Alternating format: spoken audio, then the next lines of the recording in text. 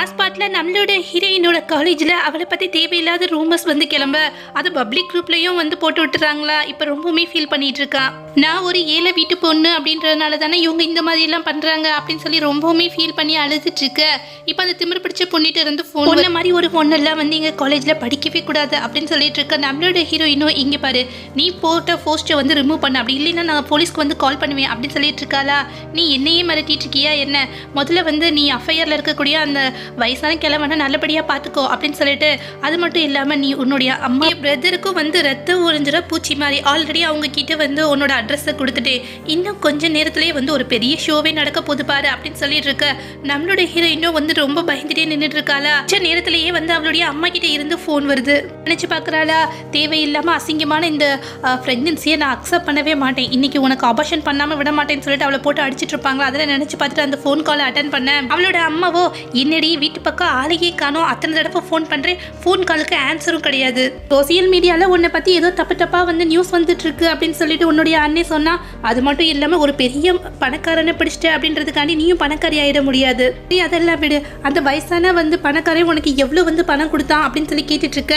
யாரு அப்படின்ற விஷயத்த ரொம்ப நாளைக்கு நீ எங்ககிட்ட இருந்து மறைச்சு வைக்க முடியாது அப்படின்னு சொல்லி கண்டபடி பேசிட்டு இருக்கா. அது மட்டும் இல்லாமல் சரி என்னோட அக்கௌண்ட்டுக்கு வந்து சீக்கிரமா வந்து ஒரு மணியை வந்து டிரான்ஸ்ஃபர் பண்ணி விடு அப்படின்னு சொல்லிட்டு இருக்க. பணமா? என்கிட்ட பணம்லாம் கிடையாது அப்படின்னு சொல்லிட்டு இருக்காளா. இங்கே பாரு, மரியாதையை வந்து என்னுடைய அக்கௌண்ட்டுக்கு வந்து அமௌண்ட்டை டிரான்ஸ்ஃபர் பண்ண, அப்படி இல்லைன்னு வச்சுக்கோமே உங்க வீட்டு வாசல்ல தான் நின்றுட்டு இருக்கோம், வீட்டுக்குள்ள வந்து தேவையில்லாத சீனை கிரியேஷன் பண்ணி கேவலப்படுத்திருக்கோம் பாரு அப்படின்னு சொல்ல. அவ்வளோ எட்டி பார்த்தா அந்த இடத்துல அவளுடைய அம்மாவும் அண்ணனும் நின்றுட்டு இருக்காங்களா. இருந்தோம் அப்படின்னா உன்னுடைய லட்சணத்தை எல்லாத்தையும் சொல்லி உன்னை கேவலப்படுத்திடுவோம் பாரு அப்படின்னு சொல்லிட்டு இருக்க. நம்மளோட ஹீரோயினை யோசிச்சு பார்க்குறா, உள்ளுக்குள்ள வந்து இவங்க தேவையில்லாமல் கத்துனாங்க அப்படின்னா ஆன்டி உண்மையிலே ஃபீல் பண்ணுவாங்க, இந்த மாதிரி ஒரு குடும்பத்தில் இருந்தால் இந்த பொண்ணு வந்து வந்திருக்கா அப்படின்னு சொல்லிட்டு கஷ்டப்படக்கூடாது அப்படின்னு சொல்லி யோசிச்சுட்டு இப்போ வந்து நம்மளோட ஹீரோ வந்து ஒரு கார்டு கொடுத்துருப்பான் இல்லையா, அதுக்கு பாஸ்வேர்டே கிடையாது, உனக்கு தேவையான அமௌண்ட் எடுத்துக்கோன்னு சொல்லிட்டு அவளுக்கு அப்போ தான் ஞாபகம் வருமா. அந்த எடுத்துட்டு இந்த கார்டை ஒரு தடவை கூட யூஸ் பண்ணக்கூடாது அப்படின்னு சொல்லிட்டு ரொம்ப வைராகியமாக இருந்தேன், இப்போ வேற வழியே கிடையாது, அது மட்டும் இல்லாமல் எடுக்கிற அமௌண்ட்டை சீக்கிரமாகவே நான் திருப்பி அனுப்பிடுவேன் அப்படின்னு சொல்லிட்டு அவங்க அம்மா அக்கௌண்ட்டுக்கு வந்து பணத்தை அனுப்பிச்சு விடுறாளா. அதை பார்த்துட்டு அவங்க அம்மாவை ரொம்ப சந்தோஷப்பட்டு இருக்காங்க. எவ்வளோ அனுப்பியிருக்கா அப்படின்னு சொல்லிட்டு எண்ணி பார்த்தா 50,000 இருக்கும். இதை பார்த்துட்டு ஷாக் ஆயிடுறாங்க. நன்றி கட்டவ, எவ்வளோ அனுப்பிச்சிருக்கா பார்த்தியா அப்படின்னு சொல்லிட்டு மறுபடியும் நம்மளோட ஹீரோயினுக்கு ஃபோன் பண்ணிட்டு, ஏண்டி உன்னுடைய ஒர்த்து இப்போ என்ன அப்படின்றது எனக்கு நல்லாவே தெரியும், கேவலம் 20,000 அனுப்பிச்சு விடுற, எனக்கு 2 மில்லியன் தேவைப்படுது அப்படின்னு சொல்ல நம்மளோட ஹீரோயினும் பயங்கரமாக ஷாக் ஆயிடுறா. இங்கே பாரு, இன்னைக்கு மதியானம் வரைக்கும் உனக்கு டைம் தானே, அதுக்குள்ளேயும் கேட்டு பணத்தை நீ கொடுக்கலன்னு வச்சுக்கோமே உங்கள் ஃபேமிலியோட அந்த ரெப்யூட்டேஷனை கேவலப்படுத்திடுவேன் அப்படின்னு சொல்லிட்டு அந்த இடத்த விட்டு கிளம்ப. இப்போ நம்மளோட ஹீரோயினும் ரொம்பவுமே வந்து கிளம்பி போயிடுறா. இன்னொரு பக்கம் நம்மளோட ஹீரோவோ வந்து ஹீரோயினுக்காக கிட்டத்தட்ட 30 மில்லியன் ஒருத்திருக்கக்கூடிய ஒரு நெக்லஸை வாங்கிட்டு வரானா. அவனோட பிரதரோ வந்துட்டு இதில் சாதாரண ஒரு நெக்லஸ் தான், இதில் சிஸ்டருக்கு வந்து அந்தளவுக்கு ஒர்த்தே கிடையாது, அவங்க என்ன கேட்டாலும் நீங்கள் வாங்கி கொடுக்கறதுக்கு தயாராக இருக்கீங்க சரிதான பிரதர் அப்படின்னு சொல்லிட்டு இருக்க. வீட்டுக்கு வந்தால் ஹீரோயின் வேகமாக ஓடி போய் அவனுக்கு ஸ்லிப்பர்லாம் எடுத்து வைக்கிறாளா. அவனோ என்னாச்சு வேலைக்காரவங்களா எங்க அப்படின்னு சொல்லி கேட்க, நான் தான் அவங்க எல்லாத்தையும் அனுப்பிச்சு. அவனை இதுக்காக அப்படின்னு சொல்லி கேட்குறானா, உனக்கு எதாவது தேவையா அப்படின்னு சொல்லி கேட்க. ஆமாம் இப்போதைக்கு எனக்கு நீங்கள் தான் தேவை அப்படின்னு சொல்லிட்டு இருக்காளா. உடனே நம்மளோட ஹீரோயினை வந்து கிஸ் பண்ணிடுறான்.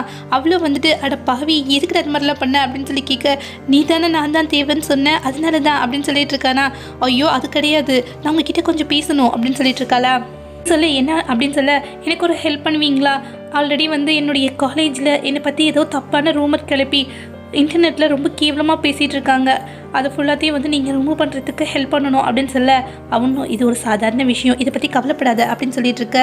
அது மட்டும் இல்லாமல் என்னுடைய அம்மாவும் பிரதரும் சேர்ந்துட்டு என்கிட்ட வந்து $2 மில்லியன் கேட்டு மிரட்டிட்டு இருக்காங்கங்க, அப்படி இல்லை அப்படின்னா வீட்டுக்கு வந்து ரொம்ப கேவலப்படுத்துறேன்னு சொல்லி மிரட்டுறாங்க, என்ன பண்ணணும்னு எனக்கு புரியலை அப்படின்னு சொல்ல அப்படின்னு சொல்லிட்டு அழுதிட்டு இருக்காளா. இப்போ நம்மளோட ஹீரோவோ அழுகிற அவளோட கண்ணீரை வந்து தொடச்சு விட்டுட்டு, கவலைப்படாமே நான் உனக்கு சால்வ் பண்ணி தரேன் அப்படின்னு சொல்லிட்டு இருக்க. அவளோ இதுக்காக இவ்வளோ இம்பார்ட்டன்ட் கொடுக்குறீங்க, என் வயிற்றில் வளர்கிற குழந்தைக்காக மட்டும்தானே இது எல்லாமே எனக்காக பண்ணி தரீங்க அப்படின்னு சொல்லி கேட்டுட்டு இருக்க. இல்லை இது எல்லாமே நான் உனக்காக பண்ணுறேன் அப்படின்றானா. என்னது எனக்காகவா அப்படின்னு சொல்லி கேட்க. ஆமாம் அப்படின்றானா. நான் எனக்காக எதுக்காக அப்படின்னு சொல்லி கேட்க, ஏன்னா நான் உன்னை வந்து என்னுடைய ஒய்ஃப் ஆக்கிக்க விரும்புகிறேன் அப்படின்னு சொல்ல. இது உங்களோட மிஸ்ஸஸ் ஆக்கிக்க விரும்புகிறீங்களா விளறீங்களா, இது எல்லாத்துக்குமே எனக்கு தகுதியானவ தானா அப்படின்னு சொல்லி கேட்டுட்டு இருக்க.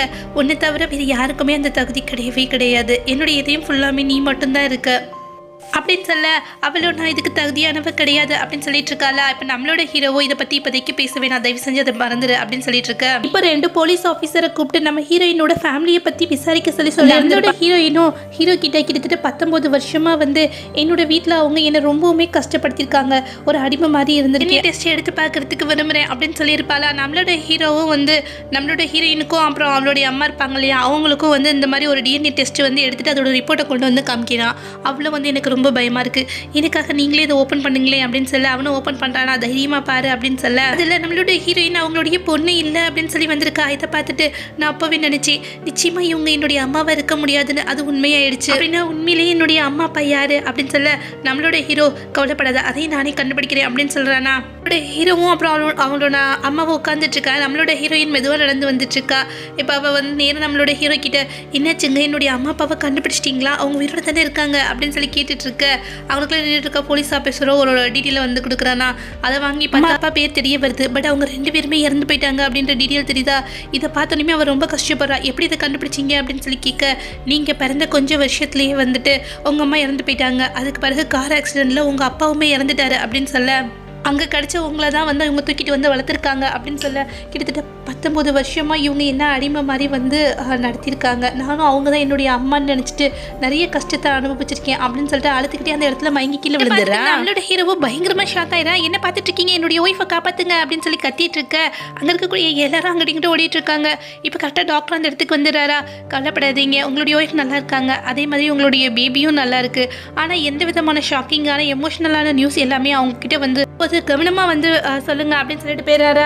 இப்போ கண்ணை திறந்து பார்க்க ஹீரோவோ நல்ல வேலை நீ கண்ணை திறந்து பார்த்துட்டு இங்கே பாரு, இந்த மாதிரி வந்து முதல்ல எமோஷனல் ஆகிறது நிப்பாட்டு அப்படின்னு சொல்லிட்டு இருக்கா. பக்கத்தில் இருக்கக்கூடிய அவனுடைய அம்மா என் பையனோட சேர்ந்து உன்னுடைய அம்மா அப்பாவோட கல்லறைக்கு போய் மரியாதை பண்ணிட்டு வாங்க அப்படின்னு சொல்ல அவ்வளோ வந்து ரொம்ப தேங்க்ஸ் அப்படின்னு சொல்லிட்டு இருக்காளா. நம்மளோட ஹீரோவோ இங்கே பாரு, இதுவே கடைசி தடவையாக இருக்கட்டும், எனக்கு இனிமேல் நீ தேங்க்ஸ் சொல்லக்கூடாது புரிஞ்சுதா அப்படின்னு சொல்ல அவ்வளோ சரின்னு சொல்லிட்டு தலையாட்டிட்டு இருக்கா. அது இல்லாமல் அம்மா இல்லைன்னு கவலைப்படாத, நான் உன்னை வந்து என்னுடைய சொந்த பொண்ணு மாதிரி தான் நடத்துவேன், என்ன அம்மாவாவே நினச்சிக்கோ அப்படின்னு சொல்லிட்டு இருக்காங்களா. இப்போ எல்லாரும் சேர்ந்து அவங்களுடைய பேரண்ட்ஸோட கல்லறைக்கு போய் மரியாதை பண்ணிட்டு இருக்காங்களா. இப்போ வந்து இது எல்லாத்துக்கும் காரணமான அவளுடைய அம்மா அப்புறம் அண்ணன் இருப்பாங்க இல்லையா, அவங்க கிட்ட போய் நிற்க கிட்டத்தட்ட இத்தனை வருஷமா நான் உன்னை வளர்த்துருக்கேன் அப்படின்னு சொல்ல நம்மளோட ஹீரோயினுக்கும் கோவம் வந்துருதா. விளாடுறீங்களா, இத்தனை வருஷமா வந்து என்னை வந்து கடத்திட்டு வந்துட்டு கொடுமைப்படுத்திருக்கீங்க, கூண்டே இல்லாத ஒரு சிறைச்சாலையில் இருந்திருக்கீங்க, அம்மா அப்பா என்ன நல்லபடியாக பார்த்துட்டு இருந்திருப்பாங்க, அவங்களோட சாவுக்கு நீங்கள் தான் காரணமாக இருந்திருப்பீங்க, குழந்தை இறந்ததுனாலேயே எங்கள் அம்மா இறந்து போயிருப்பாங்க அப்படின்னு சொல்லிட்டு இருக்க. கொஞ்ச நேரத்துலேயே அந்த இடத்துக்கு வர போலீஸ் ஆஃபீஸர் வந்து அவங்களுடைய அம்மாவையும் அப்புறம் அண்ணனையும் வந்து குழந்தைய கடத்திட்டு வந்த குற்றத்துக்காக அவங்களை கைது பண்ணுறோம் அப்படின்னு சொல்லிட்டு அங்கேருந்து கூட்டிகிட்டு போயிடுறாங்க. டைமும் வந்தாச்சா, வீட்டில் சும்மா இருக்குமே அப்படின்னு சொல்லிட்டு தன்னுடைய மாமியாருக்காக ஒரு கேக் ப்ரிப்பேர் பண்ணி கொண்டு வந்து கொடுக்குறாளா. அவங்களும் இதை நீ உன் கையாலேயே தயார் பண்ணியா அப்படின்னு சொல்லி கேட்க, ஆமாம் ஆண்டி அப்படின்னு சொல்லிட்டு இருக்க. பக்கத்தில் இருக்கக்கூடிய வேலைக்காரவங்களை கூப்பிட்டு இதை உடனே பேக் பண்ணி கொடுங்க அப்படின்னு சொல்லிட்டு இருக்காங்களா. அவ்வளோ இதுக்காக இதை பேக் பண்ண சொல்கிறீங்க அப்படின்னு சொல்கிறேன் இரு அப்படின்னு சொல்லிட்டு நேராக தன்னுடைய மருமகளையும் கூப்பிட்டுட்டு அந்த கேக்கையை எடுத்துகிட்டு தன்னுடைய மகனை பார்க்கறதுக்காக ஆஃபீஸ் கிளம்பி போயிடுறாங்க. அங்கே போய் பார்த்தா ஒரு சீரியஸான மீட்டிங் நடந்துட்டு இருக்குமா. நம்மளோட ஹீரோயினை பார்த்து அடுத்த செகண்டே அந்த மீட்டிங்கை கேன்சல் பண்ணிட்டு வெளியில் வந்துடுறான். அங்கே இருக்கக்கூடியவங்களுக்கு என்னாச்சு இவருக்கு அப்படின்னு சொல்லி பேசிகிட்டு இருக்க. சும்மா 2 பேரும் இங்கே வந்திருக்கீங்க அப்படின்னு சொல்லி கேட்டுட்டு இருக்கானா. இங்கே பாருடா, உன்னுடைய ஒய்ஃப் வந்து அவளுடைய கையாலேயே வந்து கேக் ரெடி பண்ணியிருக்கா, அதை நீ டேஸ்ட் பண்ண வேணாமா, அதனால தான் வந்துட்டோம் அப்படின்னு சொல்ல அவனும் வந்து அதை எடுத்து நம்மளுடைய ஹீரோயினுக்கு கூட்டி விடுறானா. அவங்க 2 பேத்தையும் கூட்டிகிட்டு வந்துட்டு இவளோட டெலிவரி டேட் நெருங்கிடுச்சு, அதனால இந்த மாதிரி டயத்தில் அவளை அடிக்கடி வெளியில் கூட்டிகிட்டு வர வேணாமா அப்படின்னு சொல்லிட்டு காரில் ஏற்றி விடுறதுக்காக ரெடியாக அந்த இடத்துலயே நம்மளோட ஹீரோயினுக்கு வந்து லேபர் பெயின் வந்துடுதா. உடனே ஹாஸ்பிட்டலுக்கு கூட்டிகிட்டு போயிடுறாங்க. அந்த இடத்துக்கு அவனோட பிரதரும் வந்துடுறானா. நம்மளோட ஹீரோவாலேயோ ஒரு இடத்துல உட்காரவே முடியல, ரொம்ப நேரம் அங்கேயும் இங்கேயும் அலைஞ்சிட்டு இருக்க. இப்போ அவனுடைய பிரதரோ வந்து மாமியார் கிட்ட ஒரு வழியை நீங்கள் பாட்டியாக போகிறீங்க அப்படின்னு சொல்லிட்டு இருக்க. ஆமாடா அப்படின்னு சொல்லி சந்தோஷப்பட்டுட்டு இருக்காங்க.